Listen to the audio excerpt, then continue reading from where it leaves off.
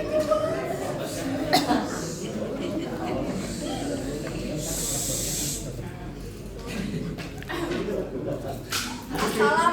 warahmatullahi wabarakatuh. Waalaikumsalam warahmatullahi wabarakatuh. Salam Om Swastiastu, Namo Buddhaya, salam kebajikan bagi kita semua. Pertama-tama dan yang paling utama, marilah kita panjatkan puji syukur kita atas karunia Allah Subhanahu wa taala yang telah memberikan kita rahmatnya sehingga kita bisa berkumpul pada siang hari ini. Yang saya hormati dosen pengampu responsi Bahasa Indonesia Ibu Lanti Mustika Irtiani Irwan, SPD, PD, yang sekarang belum bisa hadir bersama kita. Dan yang saya sayangi dan yang saya banggakan teman-teman sejawat sekalian. Sebelum saya memulai presentasi pada siang hari ini, izinkan saya memberikan satu pantun terlebih dahulu. Siang-siang pergi kondangan, pulangnya membawa kue ketan. Sebelum ke inti pembahasan, marilah kita saling berkenalan. Kami dari kelompok 1, saya Balki Sumaira sebagai moderator pada siang hari ini, dan di sebelah saya ada teman saya pertama, Damar, Rohiman, Puan, dan Fawan. Persentase saya bagi menjadi 3. Yang pertama, penyampaian materi dan penampilan video dokumentasi. Yang kedua, sesi tanya jawab, dan yang terakhir adalah sesi penutup. Di sini saya akan menyampaikan latar belakang. Kenapa sih kami mengambil judul pengaruh kualitas air terhadap pertumbuhan ikan lele sistem bioflok? Lele merupakan perikanan air tawar yang tidak dibudidayakan. Lele memiliki kondisi yang cukup baik terhadap lingkungan yang beragam dan memiliki pasar yang cukup stabil. Kalian tahu nggak sih bioflok itu apa? Bioflok berasal dari 2 kata. Yang pertama bios yang artinya kehidupan, yang kedua adalah flok yang artinya gumpalan. Jadi bioflok adalah kumpulan dari berbagai mikroorganisme seperti jamur, alga, protozoa, cacing dan lain-lain yang bergabung atau tergabung dalam gumpalan atau flok. Nah, sistem bioflok ini adalah suatu teknik budidaya ikan yang memanfaatkan mikroorganisme yang tadi saya sebutkan dan bahan organik lainnya untuk menjaga kualitas air dan ketahanan pakan. Oke, selanjutnya akan dilanjutkan oleh Bapak. Baik, terima kasih moderator. Saya di sini akan menjelaskan pengaruh kualitas air. Di sini kualitas air merupakan aspek yang terpenting dalam suatu keberhasilan budidaya ikan lele sistem bioflok.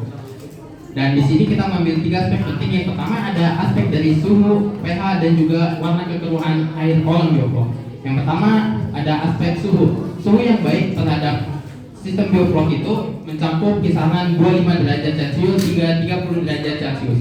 Dan yang kedua ada aspek pH, dan aspek pH di sini yang terpenting itu mendekati pH netral di mana pH 6,5 hingga kisaran 7,5. Dan yang ketiga adalah aspek warna kekeruhan kolam bioflok. Teman-teman, pernah lihat gak sih kolam bioflok yang warnanya hijau?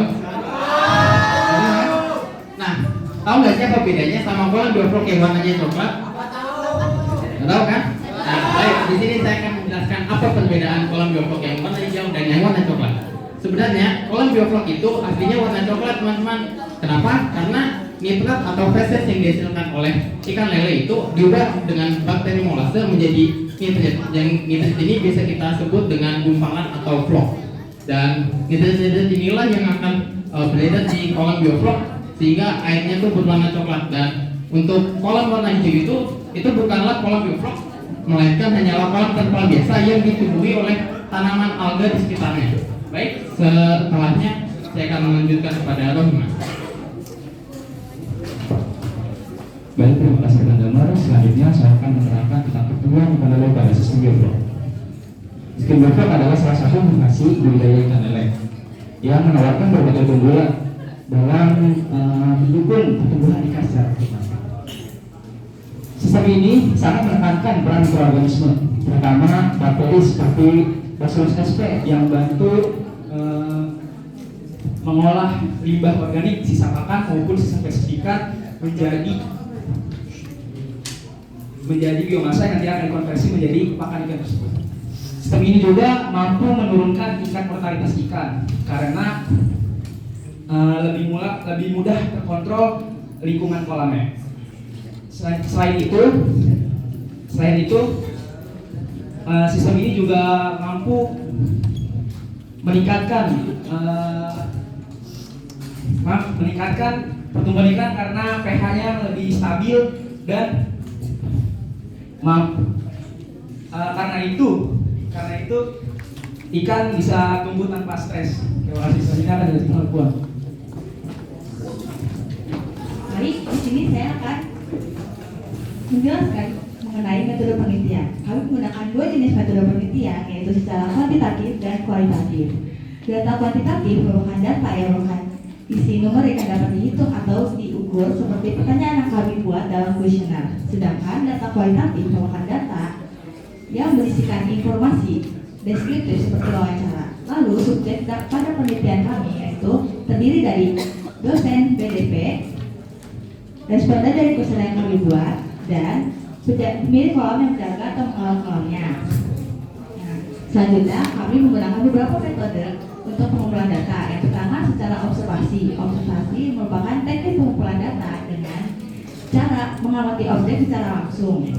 Kami telah mengobservasi beberapa tempat. Yang pertama itu ada kolam bioflok yang berada di IPB Dramaga. Yang kedua ada kolam bioflok yang ada Birai Aquaculture, dan yang ketiga ada kolam bioflok Ivan Ciherang. Lalu yang kedua ada tahap wawancara. Tahap wawancara yaitu percakapan langsung antara wawancara dengan narasumber. Kami telah mewawancarai beberapa narasumber. Yang pertama ada Bapak Dr. Insinyur Kubu Nirmala MSc selaku dosen Departemen Budaya Perairan. Yang kedua ada Bang Abirai selaku pemilik kolam dan alumni IPB Vokasi. Yang ketiga ada Pak Mulyadi selaku penjaga kolam Ivan Ciherang, dan yang keempat adalah Bang Daniel selaku penjaga kolam IPB Dramaga. Yang terakhir itu ada tahap kuesioner. Kami telah membuat 25 pertanyaan berdasarkan berbagai rumusan masalah yang telah kami buat. Dan materi selanjutnya akan saya serahkan kepada kawan. Baik, di sini saya akan menjelaskan cara budidaya ikan lele dengan sistem bioflok. Sistem bioflok dapat mendukung efisiensi budidaya ikan lele. Yang pertama itu ada pembuatan ikon kolam dan persiapan air. Pembuatan air kolam ini dapat dibuat secara sistem aerasi. Kualitas air dapat dibuat secara optimal. Terus ada pengembangan bibit lele dan pemberian pakan. Gunakan bibit ikan lele yang berkualitas, pemberian pakan yang secara teratur. Tambahkan prebiotik untuk mendukung sistem bioflok. Yang terakhir itu ada manajemen kualitas air dan pemanenan.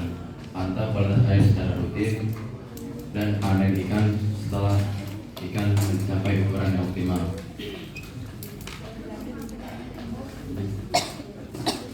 Dan di sini ada upaya agar pembudidayaan ikan lele efektif dan efisien. Di sini ada pengawasan dan infrastruktur.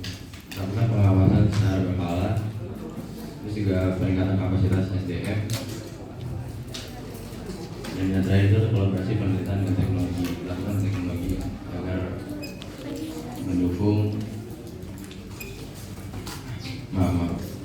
yang terakhir itu kolaborasi penelitian dan teknologi.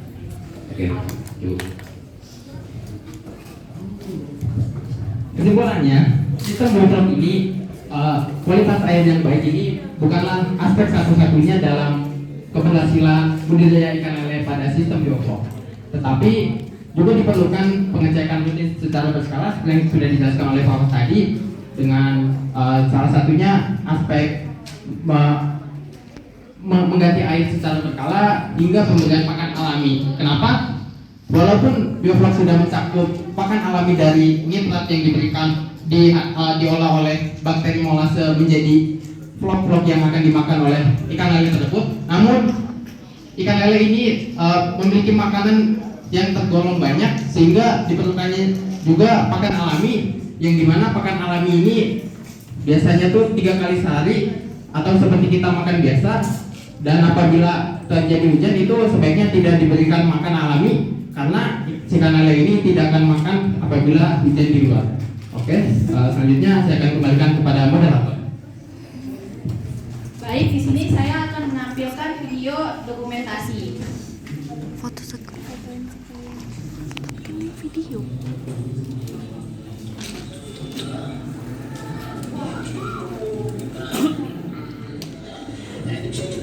Di sini kami mewawancarai Pak Kukuh sebagai dosen BDP. Dan di sini di kolom biovlog IPB Dramaga. Ini kolom biovlog Abirai di sekolah vokasi, dan dia juga alumni IPB vokasi dan mengajar di sana. Dan ini punyanya Pak Muka.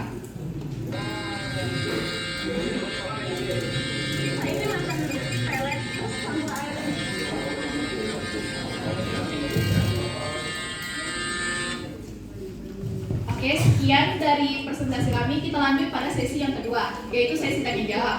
Di hitungan ketiga, saya akan memilih yang bertanya. 1, 2, 3. Oke, Sabrina Nolan.